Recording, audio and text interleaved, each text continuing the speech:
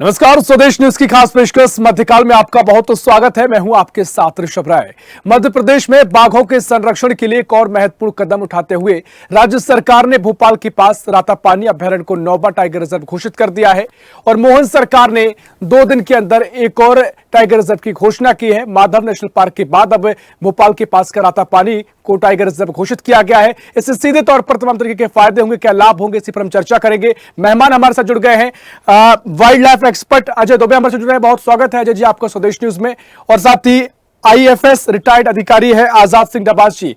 आजाद जी बहुत स्वागत है आपका स्वदेश न्यूज में। चर्चा की शुरुआत करेंगे और आजाद साहब मैं पहले आप ही के पास आ रहा हूं। जिस तरीके से रातापानी को टाइगर रिजर्व घोषित किया गया है, नौबा टाइगर रिजर्व मध्य प्रदेश का बन गया है, क्या कुछ इसके फायदे और टाइगर स्टेट होने के नाते कितना बड़ा उपहार आप देख रहे हैं? डॉक्टर मोहन यादव का बहुत ही अच्छा गिफ्ट है जो नया वर्ष शुरू होने से पहले आया है। हालांकि इसमें काफ़ी विलंब हुआ है। उसमें जो पूर्व मुख्यमंत्री श्री शिवराज सिंह चौहान जो थे, उनकी आरुचि के चलते ये प्रोजेक्ट जो है जी पिछले 17 वर्ष से लटका हुआ था। भारत सरकार ने इसकी 17 वर्ष पूर्व सैद्धांतिक सहमति दी थी टाइगर रिजर्व बनाने के लिए, लेकिन सरकार की तत्कालीन सरकारों की आरुचि के चलते, इंडिफरेंस के चलते ये मामला अटका रहा। मुझे बड़ी खुशी हुई ये जानकर के इसको टाइगर स्टेट का कल जो है वो सोमवार को दर्जा दे दिया गया है। और सुबह सीएम साहब ने बैठक ली और शाम को नोटिफिकेशन भी जारी हो गया। ये दर्शाता है कि अब जो कार्यप्रणाली है उसमें काफ़ी सरकार की कार्यप्रणाली में काफ़ी बदलाव आया है। पहले मैं ऐसा देख रहा था कि जो निर्णय होते थे वो बहुत ही विलंबित रहते थे और ऊहापोह की स्थिति बनी रहती थी। अब नई सरकार ने उसमें गति लाई है। कम से कम ये इस निर्णय को देख के ये भी कहा जा सकता है। हाँ बिल्कुल आजाद साहब, इसके क्या कुछ फायदे आप देख रहे हैं? क्योंकि जिस तरीके से टाइगर रिजर्व की संख्या जो बढ़ती जा रही है, मध्य प्रदेश लगातार टाइगर स्टेट बना हुआ है और जिस तरीके से हम देख रहे थे कि कर्नाटक से कहीं ना कहीं मुकाबला था, लगातार कर्नाटक के जो बाघों की संख्या थी बढ़ती जा रही थी। अब मध्य प्रदेश में व्यवस्थाओं के तौर पर जो व्यवस्था है आगे विस्तार उनका किया जा रहा है, इससे कितना फायदा मध्य प्रदेश को होगा, कितना लाभ जमीनी स्तर पर लोगों को जो जुड़े इससे लोग हैं उनको मिलेगा? मुझे ऐसा लगता है कि मध्य प्रदेश को इस तरह के प्रोजेक्ट्स के माध्यम से वाइल्ड लाइफ टूरिज्म को फोर फ्रंट पे लाया जा सकता है। यहाँ राजस्थान की तरह किले नहीं हैं, फोर्ट नहीं है जिन पे हम टूरिस्ट को अट्रैक्ट करें। या मध्य प्रदेश में टूरिज्म के लिए मेन प्लैंक ही वाइल्ड लाइफ है। नेचर टूरिज्म को यहाँ जितना चाहो उतना बढ़ावा दिया जा सकता है। और ये खुशकिस्मती है कि ये जो टाइगर रिजर्व है ये भोपाल जो अपनी कैपिटल है उसके मात्र इसकी बाउंड्री 15 किलोमीटर से शुरू हो जाती है।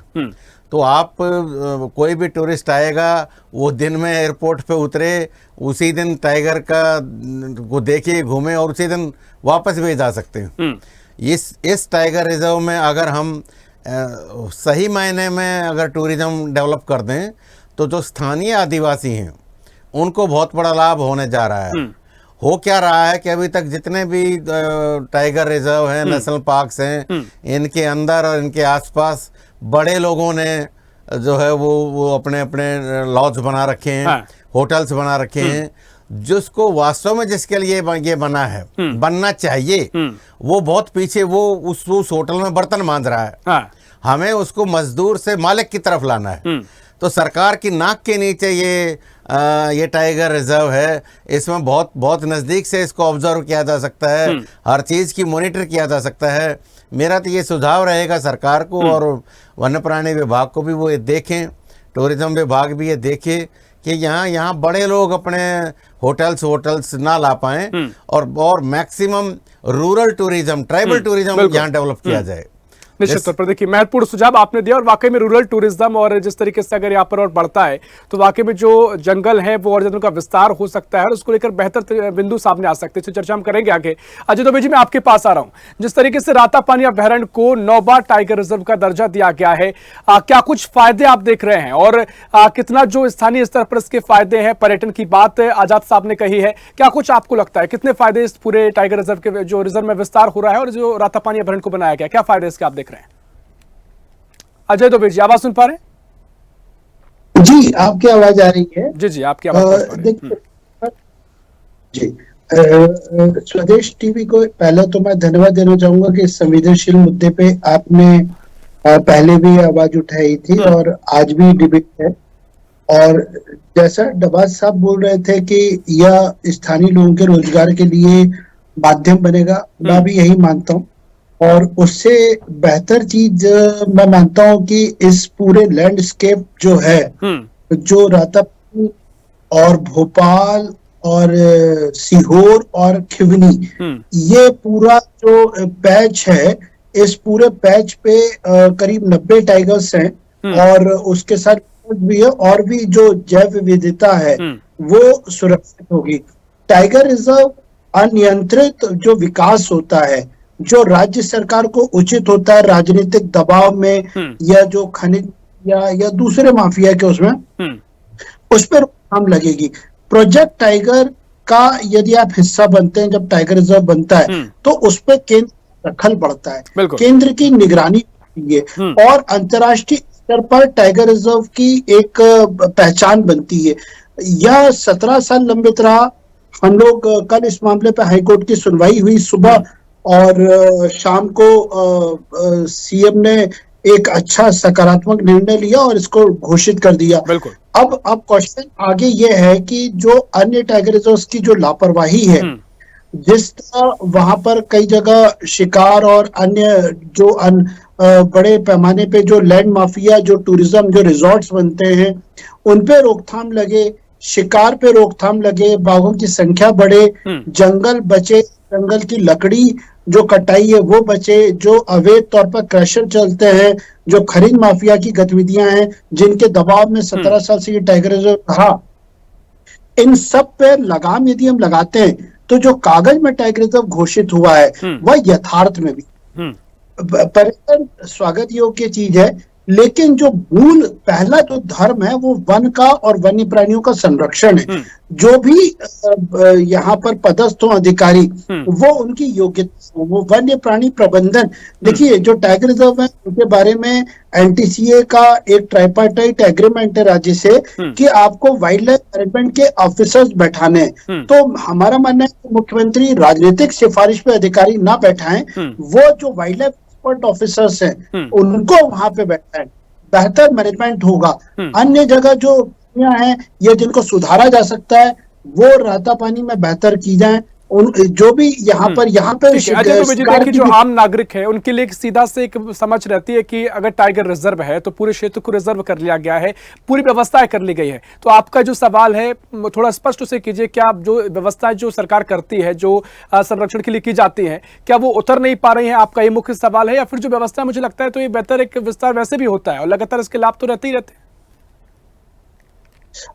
ऋषभ जी, बहुत अच्छा क्वेश्चन आपने किया। मैं चाहता हूं कि जो भी दर्शक देख रहे हैं या सरकार के जिम्मेदार लोग देख रहे हैं इस प्रोग्राम को, वो इस चीज को समझें कि जो कोर एरिया टाइगर रिजर्व का है वहां पे विस्थापन जो प्रक्रिया है वो बहुत धीमी रफ्तार से है।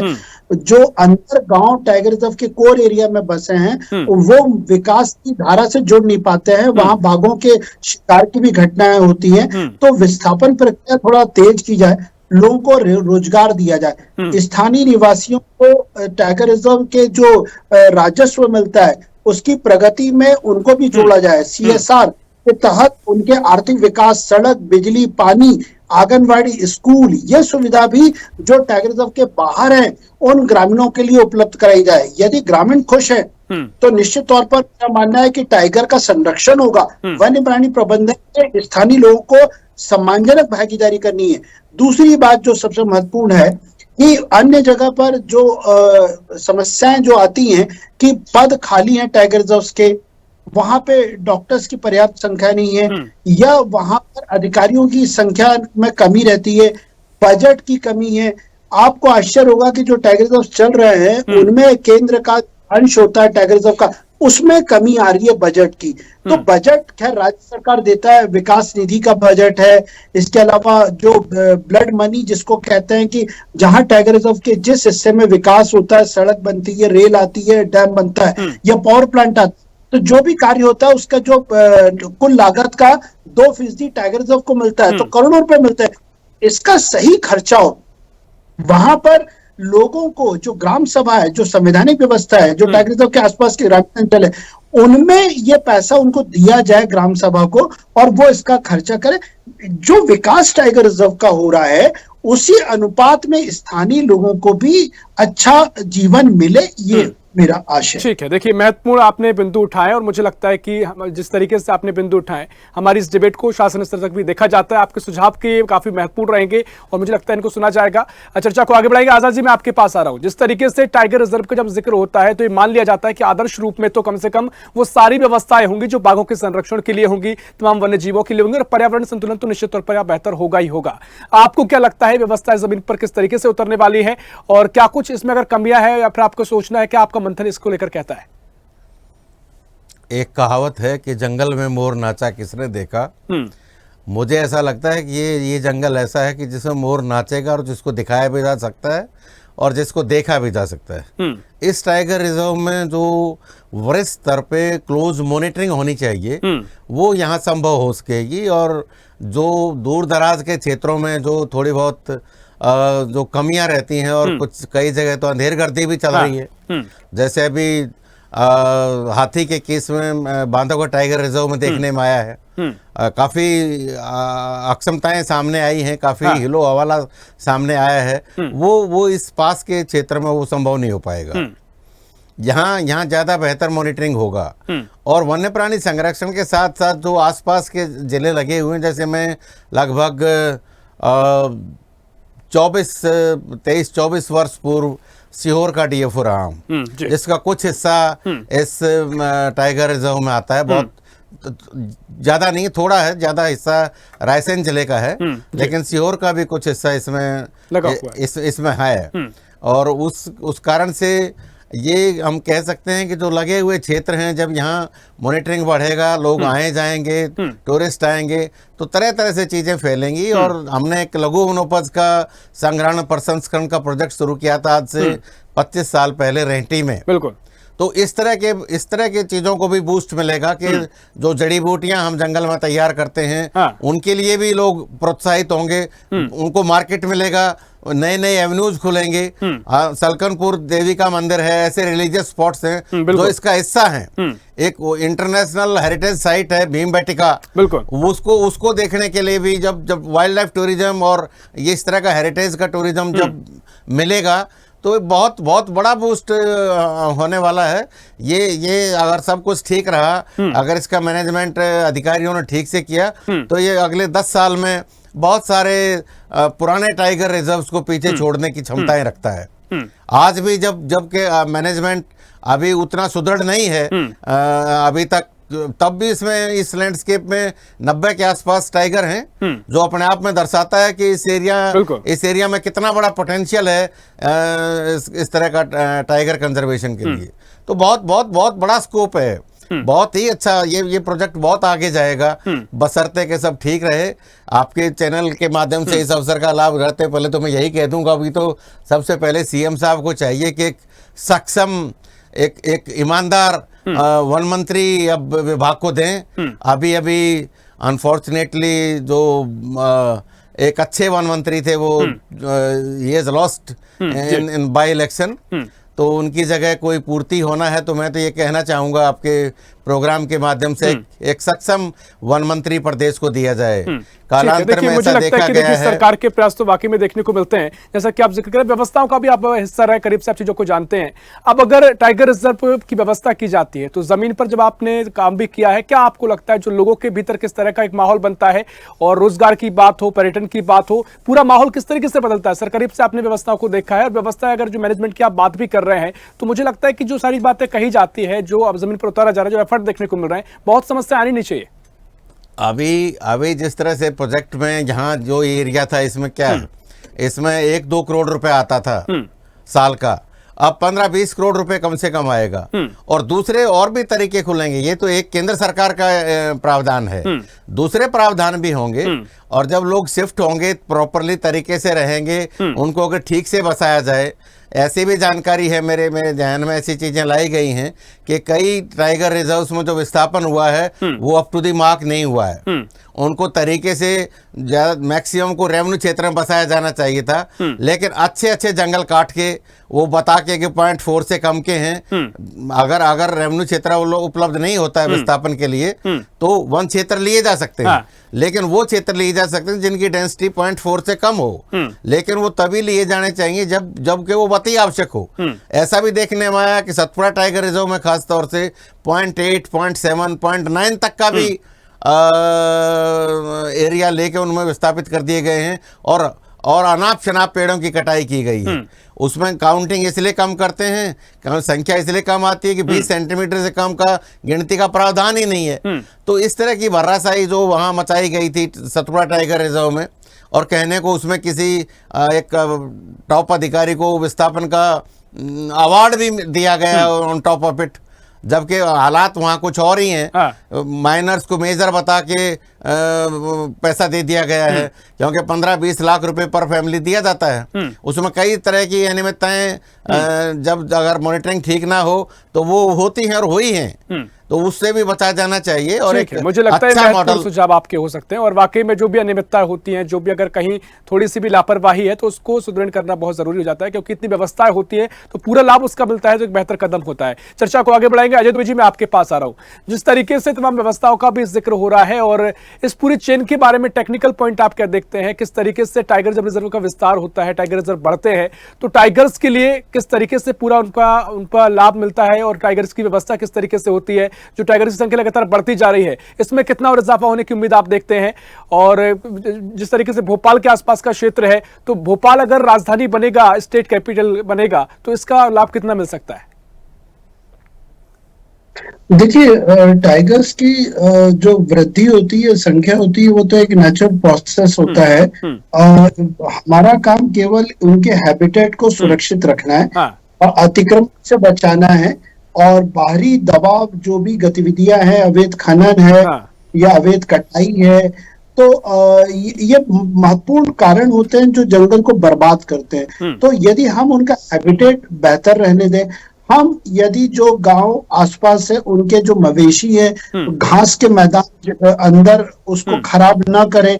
यदि घास का मैदान अच्छा है तो शाकाहारी जीव, हिरण, नीलगाय, सांबर, ये सब उपलब्ध रहेगा। बाघ भी वही रहेगा। पानी और अच्छा फूड साइकिल यदि है तो निश्चित तौर पर जंगल स्वस्थ है। अब जैसे अभी पाल साहब बता रहे थे कि 0.4 से कम होने पर आप ग्रामीणों को विस्थापन के लिए जगह दीजिए, तो यदि इस गंभीर विषय पर यदि हम सरकार असफल हो रही है, तो ये जो देखिए, आज जो टाइगर रिजर्व घोषित हुआ है वो कागज का एक नामकरण हुआ है कि चलिए अब आज हम इसको ये प्रोजेक्ट के तहत, टाइगर के तहत हम इसको लेते हैं। हमारा कहना है यथार्थ, बिल्कुल प्रैक्टिकल फील्ड पे आपको 0 टॉलरेंस रखना पड़ेगा। आपको वहां पर शिकार पर कठोर कार्रवाई, आपको मुखबिर तंत्र बनाना पड़ेगा। आपको वहां पर जो स्थानीय जो ग्रामीण है, उनके पशुओं को जो अंदर वो जाते हैं उस पर रोकथाम करनी पड़ेगी। ये कोई छुपी हुई बात नहीं है कि फॉरेस्ट का जो स्टाफ है वो इनको जो ग्रामीण है उनके मवेशियों को अंदर प्रवेश करवा के उनको चराने के लिए उसका भी पैसा लिया जाता है। इवन जो ऊंट आते हैं राजस्थान से लंबे, हमने देखा राता पानी के उधर भी वो अतिक्रमण करते हैं। तो ये सब राजनीतिक कारण कुछ ऐसे हैं जिसके कारण मैं मानता हूं कि योग्य कर्मठ निचला स्टाफ बेहतरीन होना चाहिए। जो चलिए ठीक है, आसपास मुझे की लगता है कि चलिए एक एक बिंदु हो जाता है, इस पर काम किया जाना चाहिए। लेकिन अगर कोई टाइगर रिजर्व बनता है तो बहुत सारी व्यवस्थाएं बाघों के संरक्षण के लिए उतारी जाती है, तो कम से कम उनका लाभ तो मिलेगा, उनको तो आप उतरता हुआ देख रहे हैं। हालांकि अभी आपने जी कहा हाँ, कि कागजों पर तो ठीक है, अभी शुरुआत हो गई है, लेकिन जब व्यवस्थाएं जमीन पर उतरेंगी तो बहुत सारी समस्याएं, मुझे लगता है इन पर उनका निराकरण किया जाएगा। हम नई पीढ़ी के लिए हम मानते हैं कि ये बेहतर एक उदय हुआ है, एक अच्छा जंगल, एक ऑक्सीजन, एक लंग्स जो इस पृथ्वी के लिए जो हम क्लाइमेट चेंज कह रहे हैं, हमने एक बहुत बड़े टुकड़े को एक घोषित कर दिया कि यह अब टाइगरों के लिए रहेगा। लेकिन आपको ऋषभ ये बताएंगे 2019 में रातापानी का टाइगर गुजरात गया था, गुजरात में उसका शिकार हुआ था। तो यहाँ के टाइगर खिवनी और यहाँ के टाइगर, इसकी मूवमेंट बहुत लंबी होती है, ओंकारेश्वर तक जाते हैं। तो ये पूरा जो लैंडस्केप है, इस पे फॉरेस्ट को अब चौकसी बढ़ानी होगी। राजधानी के निकट यदि ये है, ये सरकार की नाक है, यहाँ पर एक भी शिकार, एक भी अवैध कारोबार नहीं होना चाहिए। मॉडल टाइगर रिजर्व बनाइए। हाँ बिल्कुल, देखिए आजाद साहब, मैं आपके पास आ रहा हूं। जिस तरीके से बिंदुओं को अजय दुबे जी ने उठाया है, कितनी समस्याएं उत्खनन और जिस तरीके से शिकार की होती है, बाघों को शिकार कर ले जाता है, मुझे लगता है आसपास के क्षेत्र में बहुत कम ऐसी घटनाएं देखने को मिलती है। कई जगहों पर मिलती है तो सरकार काफी गंभीर उनके प्रति होती है। ये घटनाएं राजधानी के पास होने की कितनी आपको उम्मीद दिखाई देती है? मुझे तो नहीं लगता, व्यवस्था अगर बेहतर है तो इस समस्या आनी चाहिए। और राजधानी के आसपास के क्षेत्र अगर विकसित किया जा रहा है, रिजर्व घोषित कर दिया गया है, तो जो लगातार चर्चा होती है कि tiger state of Madhya Pradesh है, राजधानी भी अगर टाइगर कैपिटल बनेगी तो कितना इसकी छवि बाहर निकल कर जाएगी? नहीं, मैं 3-3.5 महीने ओबेदुल्लागंज का भी DFO रहा हूँ। ये रातापानी सेंचुरी उसी का हिस्सा होती थी। हाँ। तत्समय मेरे अनुभव ये कहता है कि यहाँ शिकार की, खासतौर से हर्बीवोर्स के शिकार की समस्याएं हैं। बहुत सारे लोगों ने फार्म्स बना रखे हैं और वो इस तरह की हरकत में यदा कदा इन्वॉल्व होते रहे हैं। उस पर सख्ती बरती जाएगी। अपने आप ही कसावट आएगी जब संसाधन बढ़ेंगे, बिल्कुल, तो अपने आप ही उस पर कसावट आएगी। और अभी आप देखिए जिस तरह से दिल्ली में गैस चैम्बर बन गई हमारी कैपिटल, इवन भोपाल में AQI 300 के आसपास आया है। तो उस पूरे परिवेश को, उस पूरे पर्यावरण को सुधारने में जब ये टाइगर रिजर्व बनके और यहाँ जंगल संरक्षित और संवर्धित होंगे, ना सिर्फ टाइगर ही इसमें फले बड़े बूढ़ेगा, लेकिन इसके साथ साथ पूरा का पूरा परिवेश, पूरा पर्यावरण आपका कैपिटल का पर्यावरण सुधार में इसमें बड़ा रोल ये टाइगर रिजर्व अदा करेगा। आप आने वाले समय में देखिएगा, पानी बढ़ेगा, हवा शुद्ध होगी और आपकी आबो हवा फिर से बदलेगी भोपाल की। इतना बड़ा पोटेंशियल है। शर्त वही है, इसलिए मैं वन मंत्री की तरफ एक बार आपका इशारा करना चाह रहा था। जब वन मंत्री प्रॉपर होगा, मैं कहना ही चाहूँगा उस बात को, तो मैं जब से पिछले 37-38 साल से जब से हम देख रहे हैं, तब से 3-4 वन मंत्री बहुत अच्छे रहे हमारे। BR यादव साहब रहे, ठाकुर हरबंस सिंह रहे, सरदार सरताज सिंह जी रहे, बहुत ही बेहतरीन वन मंत्री रहे। लेकिन बीच बीच में इस तरह के वन मंत्री आ गए हैं जिन्होंने एक कारोबार बना दिया, ट्रांसफर पोस्टिंग को एक धंधा बना दिया। अगर इस तरह के, मैं इसलिए कह रहा था कि अभी एक नई सबसे बड़ी वैकेंसी तो वन मंत्री की है विभाग में। अगर मुख्यमंत्री जी एक अच्छा वन मंत्री प्रदेश को देंगे तो मैं समझता हूँ वो नवा आपका टाइगर रिजर्व है तो 10वीं सौगात प्रदेश को वही होगी। एक अच्छे वन मंत्री आए तो अच्छे अधिकारी पदस्थ होंगे, चुस्त दुरुस्त होगी सारी व्यवस्था, और आपका प्रोजेक्ट टाइगर जहाँ 10 साल में ये बन के खड़ा होना है, वहाँ 3 साल में खड़ा हो जाएगा। इतना पोटेंशियल इस एरिया में है। ठीक है, तो उस पे भी हमें जाने की जरूरत है। आप स्पष्ट बातें रखते हैं तो आपकी स्पष्ट आपने ये बात रखी है। अजय दुबे जी, जिस तरीके से चेन का जिक्र होता है, पर्यावरण संतुलन का जिक्र होता है, बाघों के संरक्षण के लिए, क्योंकि रातापानी का जिक्र होता है तो काफी और वन्यजीव अच्छी खासी संख्या में यहाँ पर पाए जाते हैं। जो पूरा पर्यावरण संतुलन है, जो लोग देख रहे हैं इस डिबेट को, मैं चाहूंगा कि आप करीब से पूरी व्यवस्थाओं में रहते हैं, कितना परिवर्तन रहता है और पर्यावरण संतुलन कैसे बेहतर होता है पूरी चेन का, मैं चाहूंगा आप थोड़ा जिक्र करके थोड़ा इस बात को और समझा पाए। देखिए ऋषभ, रातापानी टाइगर रिजर्व करीब 700 स्क्वायर किलोमीटर का जो कोर एरिया है, उसकी जो जैव विविधता है और वहां पर जो वृक्षों की जो संख्या है, वो हमारे लिए एक तरह से भोपाल वासियों के लिए और आसपास के जिलों के लिए स्वर्ग है। क्योंकि आज जब ऋषभ हम चर्चा कर रहे हैं, आज 3 दिसंबर है, आज से 40 साल पहले भोपाल की गैस त्रासदी हम लोगों ने बहुत हजारों लोगों को खोया और आज भी लोग गंभीर बीमारियों के शिकार हुए। ऐसे वक्त में हम यदि जहरीली गैस के भुक्तभोगी हैं भोपाल की रासायनिक त्रासदी घटना से, तो हम मानते हैं कि ये हमारे लिए एसेट है, हमारे लिए भोपाल के करीब वन विहार का जो जमीन है और आज जो रातापानी के विषय पे हम चर्चा कर रहे हैं, तो हमें निश्चित तौर पर ये स्वच्छ हवा और दिल्ली के जो प्रकोप को हम देख रहे हैं उससे बचने के लिए हमारे पास बहुत अच्छी उपलब्धि है। और वहां पर जो वन्य प्राणी जो आपके भोपाल के आसपास जो जंगलों में मूवमेंट करते हैं, तो जहां टाइगर रहता है वहां का जंगल बचता है और खिवनी अभयारण्य पास में है। और इसके अलावा रातापनी के उस तरफ सिंगोरी है, उधर ओंकारेश्वर नेशनल पार्क की तरफ है। तो मैं मानता हूं कि चारों इलाकों में यदि बाघों की संख्या बढ़ेगी तो वन विभाग सजग रहेगा, पेड़ों की जो दुर्दशा है वो कम होगी, बेहतर होगी। हमें साफ हवा, और आप ये भी मानते हैं कि जंगल ही पानी देता है। यदि पानी जो भी गिरता है वो यदि वृक्ष लगे रहते हैं तो जमीन उसको धीरे धीरे अब्जॉर्व करती है, अन्यथा सारा पानी बर्बाद होता है। तो आज न केवल स्वच्छ जल, जो आसपास की नदियां हैं, जो यहाँ पर नर्मदा है, जो यहाँ पर आपके स्वच्छ हवा है, तो यदि ये सारी चीजें प्राकृतिक संसाधन है, चीजें उपलब्ध है, तो उनका किस तरीके से और लाभ लिया जा सकता है। और वाकई में देखिए, आपकी हमारी सरकार की सभी की चिंता यही है, सभी प्रकृति के हित में, प्रदेश के हित में चिंतन करते हैं। आपका चिंतन भी महत्वपूर्ण रहा, महत्वपूर्ण सुझाव आपने दिए और मुझे लगता है कि इस डिबेट को शासन स्तर तक देखा जाता है तो काफी सुझावों को आपको उन पर अमल भी मुझे लगता है किया जाएगा। समय इतना ही है, बहुत शुक्रिया करना चाहूंगा आपका जय जी यादव साहब, बहुत शुक्रिया आपका चर्चा में शामिल होने के लिए। तो मध्य प्रदेश में एक और टाइगर रिजर्व की घोषणा कर दी गई है। तमाम तरीके से टाइगर रिजर्व में और ज्यादा बेहतर तरीके से काम किया जाए, इसको लेकर चिंताएं भी व्यक्त की गई हैं, लेकिन सरकार का कहना है कि पूरे प्रयास किए जाएंगे प्रकृति को लेकर, टाइगर्स को लेकर जो भी लगातार प्रयास किए जा रहे हैं उनको और गंभीरता से जमीन पर उतारा जाएगा। फिलहाल के लिए खास पेशकश मध्यकाल में इतना ही। देश प्रदेश की और भी खबरों के लिए देखते रहिए स्वदेश न्यूज, सबसे पहले देश।